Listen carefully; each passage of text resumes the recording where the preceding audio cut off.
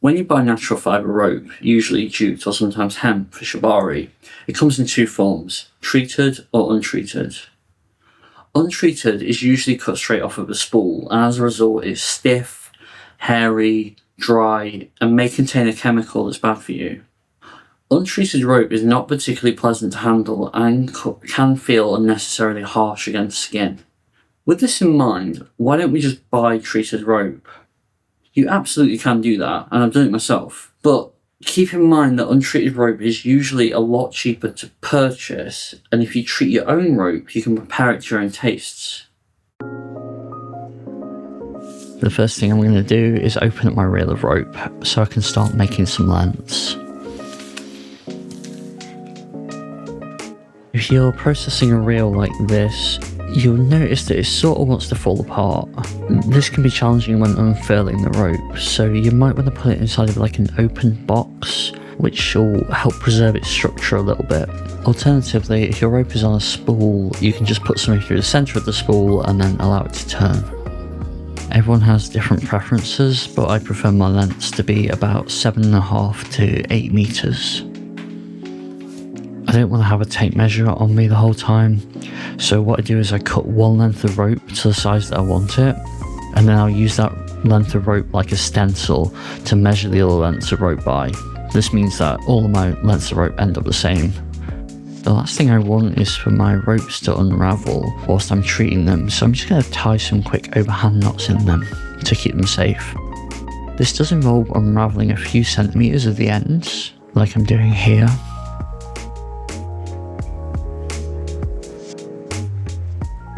And then I tie an overhand knot, just a little twist, and put the ends through the twist. And then pinch the base of the rope and take the slack out. I can flatten these down further by rubbing them between my hands and pulling them a little bit tighter. We can put nicer ends on later, but for right now this will just save it when I'm doing other things. Now that the rope ends are protected, I can start doing some actual treatment.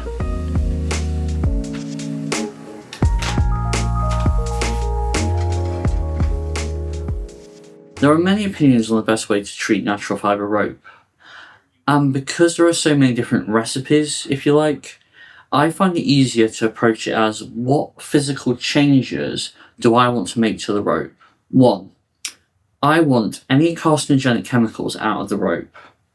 2. I want the rope to feel soft and pliable, so it's easy to tie knots with and feels better on my partner's skin. 3. I want the surface of the rope to feel less dry. 4. I want the surface of the rope to look smooth and not covered in fuzzy stray hairs. But in the process of doing this, I don't want to make any changes that are going to dramatically weaken the rope. Let's start with the chemicals. Why are the chemicals in our rope? When jute is being batched up before being made into yarn, jute batching oil, or JBO, is used to make jute fibres more pliable and easier to process during yarn production. This is an issue because a lot of JBO is carcinogenic. In other words, it can contribute towards cancer. And less importantly, but still a factor, JBO stinks. You can get the JBO out in various ways. Steam it out, bake it out, or boil it out. One of the least impactful ways I've found is covering the rope in boiling water in a non-metallic container. Thank you to Ronin for this tip. I then leave the rope for 30 to 45 minutes. I'd suggest doing this outside so that you don't have to deal with the smell. After that time has passed, note how gross and yellow the water looks. I tip this skanky water away, then rinse the rope off with cold water and tip that away as well. So at this point I need to dry my rope, and I need to dry it under tension so that it doesn't lose its shape. I tie one end to a carabiner,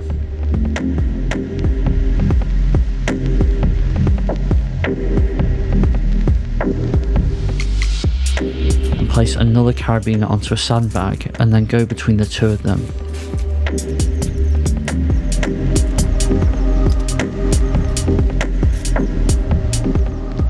Once I run out of rope, I wrap around all of the existing lines tightly and then tuck the end away.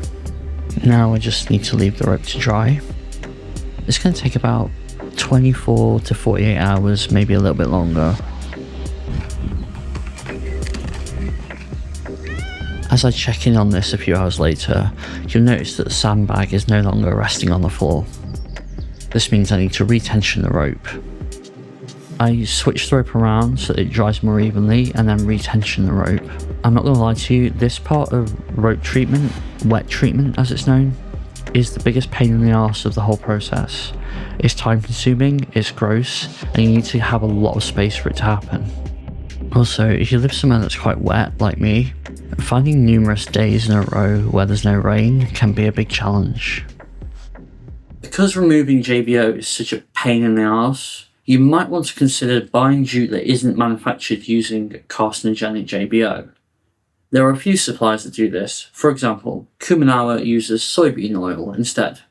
However you got there, you now have rope minus the stinky carcinogenic JBO, and it's very stiff. All rope will soften up with use, but this won't be fun to tie knots with and it won't feel good on the skin. So let's look at some options for how to soften it. Option number 1 is shoving the rope in the tumble dryer for an hour. You can do this on maximum heat because most tumble dryers don't get hot enough to damage jute. This is going to leave you with a big old mess, but the rope is going to be significantly softer having been banged around the inside of a washing machine. Just be careful when you take it apart because pulling on one part is going to tighten it up. It's going to maybe affect the lay, so just be careful, considerate and cautious in how you pull this all apart.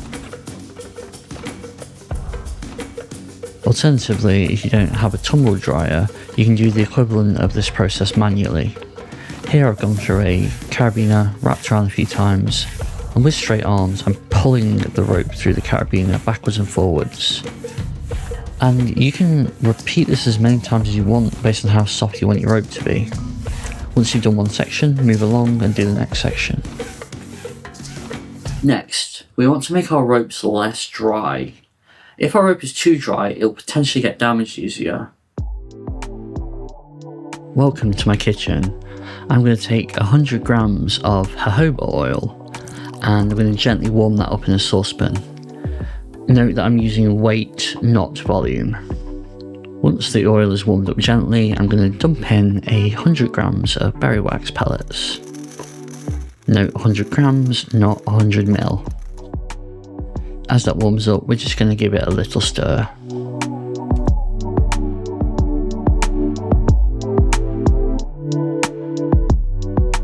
Once all the pellets have melted, I'm just going to pour the butter into a separate container.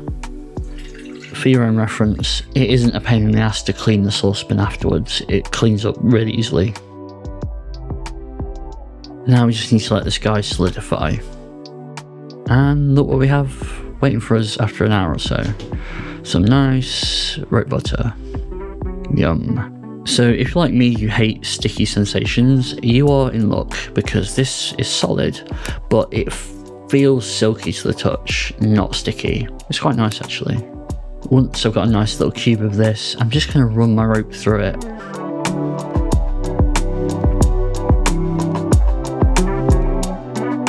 I'm not using massive amounts of pressure, but I am pushing it into the butter. Just enough so that I'm creating a coating for the outside of it. Some little chips are breaking off as I'm doing this, so it's worth putting something protective down on the floor. I'll do this in both directions for each piece of rope.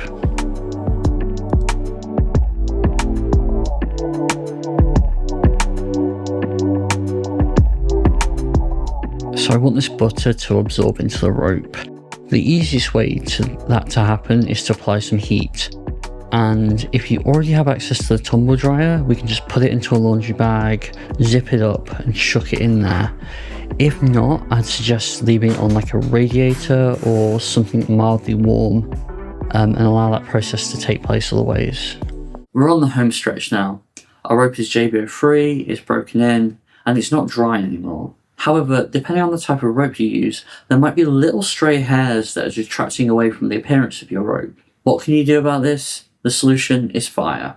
I'm going to burn these little hairs off with a little camping stove. For obvious reasons, I'm doing this outside and being very careful when I'm doing it. The camera isn't really picking up the fact that I'm setting this to a blue flame, so we are going to transition to nighttime. So if you have a gas hob in the house, you might want to use a gas hob instead of this outdoor cooking stove. But bear in mind, it produces quite a smell and also quite a lot of black sooty material, so bear that in mind, and also make sure you've got plenty of ventilation if you're doing it in the house. I'm being very sure to keep plenty of distance between my hands and the flame. And note how I'm constantly moving the rope whilst pulling it taut and just slightly rotating it with my fingertips so that as much of the surface area of the rope gets in contact briefly with the flame as possible. I normally just pass the rope through a couple of times each way, and then we're good. We now have some very, very pretty rope, and I can't wait to start tying with it. But what comes next? Over time, our rope will start to become dry again, especially if you run it through a flame, especially if you have hot weather, air conditioning, etc. We're going to make some delightful maintenance goo to keep our rope in top form. Once again, we're going to heat up some more jojoba oil, but this time the ratios are going to be different. Last time it was 50-50. This time it's going to be 85% oil to 15% wax. The reason the ratios are different is we're interested in the oil because that's going to stop the rope from being dry, but the wax is there to just stop it from being fully absorbed. In this example, I'm using about 29 grams of oil and 5 grams of wax. Once everything's melted, I will stir it all together and wait for it to dry in a separate container. This is what our lovely maintenance goo looks like once it's dried up. Alright, so I just want to take this stuff and I want to cover my rope lightly in it. I can either do this with my bare hands or I can put it on a lint-free cloth. The cloth then becomes a nice little delivery mechanism for coating the rope. But if you don't want to faff around with the cloth, there's nothing wrong with using your bare hands. Again, the goo isn't sticky, it's just kind of soft and silky.